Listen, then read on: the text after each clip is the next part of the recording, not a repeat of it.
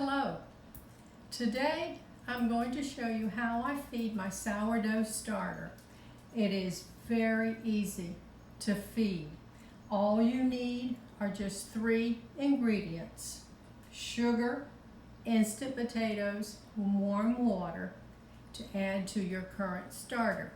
So when I feed my starter, I like to use just a quart-size jar, and I add 3/4 cup of sugar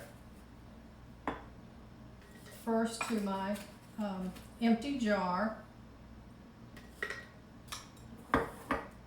Then I measure out 3 tablespoons of instant potatoes, and to that I add 1 cup of warm water. You don't want cold water. You don't want water with a lot of chemicals, so if you have chemicals in your water, you may try using spring water, but that's all you need to feed your starter, those 3 ingredients. I stir that up well, and then I take my current starter that you would keep in the refrigerator when you're not interested in baking, and then take it out, and you see my starter's got a beautiful head on it, simply because I did not refrigerate this starter last night. I left it out on my countertop, and I stir it up, and I add some of this starter to my feeder. And according to the recipe, you can add about a cup, maybe a little over a cup of starter to your feed.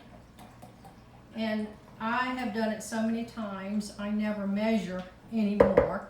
But I know that if I fill my quart jar up to about 3/4 of the way full, that's just a tad over a cup of starter. And I stir that up very well.